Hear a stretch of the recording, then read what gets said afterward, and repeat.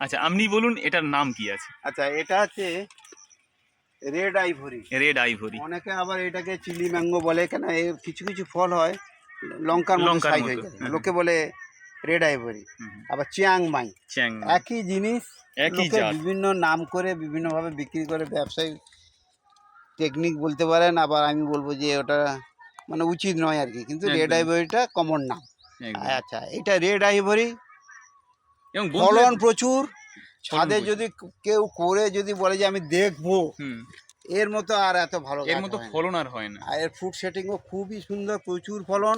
আপনি বুঝতে পারছেন 12 ইঞ্চি, বন্ধুরা দেখাই, এই মাত্র 12 ইঞ্চি টব, সেই টবের গাছে কতগুলো ফল দেখুন, একটা দুটো তিনটে চারটে পাঁচটা ছটা সাতটা, এবং মানে যথেষ্ট সাইজ। হ্যাঁ, এগুলো পরিণত। এর আগে যখন হয়েছিল, অ্যাকচুয়ালি আমার তো এই তো জঙ্গলের মধ্যে আছে, তোমরা বুঝতে পারছো, জঙ্গলের মধ্যে যদি না থাকে, কারো যদি ছাদে থাকে, আমি শিওর এরম গাছে অন্তত 25টা আম হবে, মিনিমাম 25টা হবে।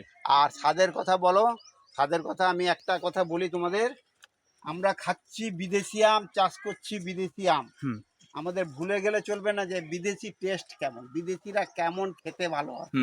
আমরা হিমসাগরের ভক্ত, প্রচন্ড অত্যধিক মিষ্টি ভক্ত নয়, ওরা হচ্ছে কম মিষ্টি পছন্দ করে। যেগুলো বেশি মিষ্টি করে হয় সেগুলো ওরা রিজেক্ট করে দেয়, একদমই। যেগুলো কম মিষ্টি বাজারে সবাই খাবে সেইগুলোকে ওরা সিলেক্ট করে মার্কেটে খাবে।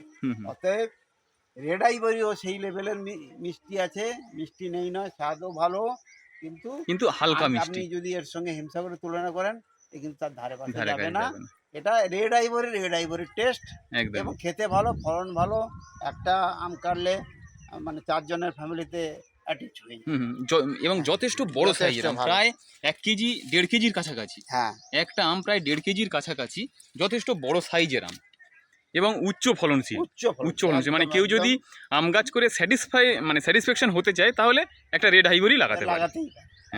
এই গাছের বয়স কত হয়েছে? এটা 3 বছরের গাছ। 3 বছরের গাছে এখন আমরা দেখতে পাচ্ছি প্রায় 8-10টা 10-12টার মতো আম আছে, এবং যদি ঠিকঠাক পরিচর্যা করা যায় প্রায় 25-30টা আম হবে। আপনি একদমই করা যেতে পারে, রেখে করেন, অবশ্যই হবে, অবশ্যই।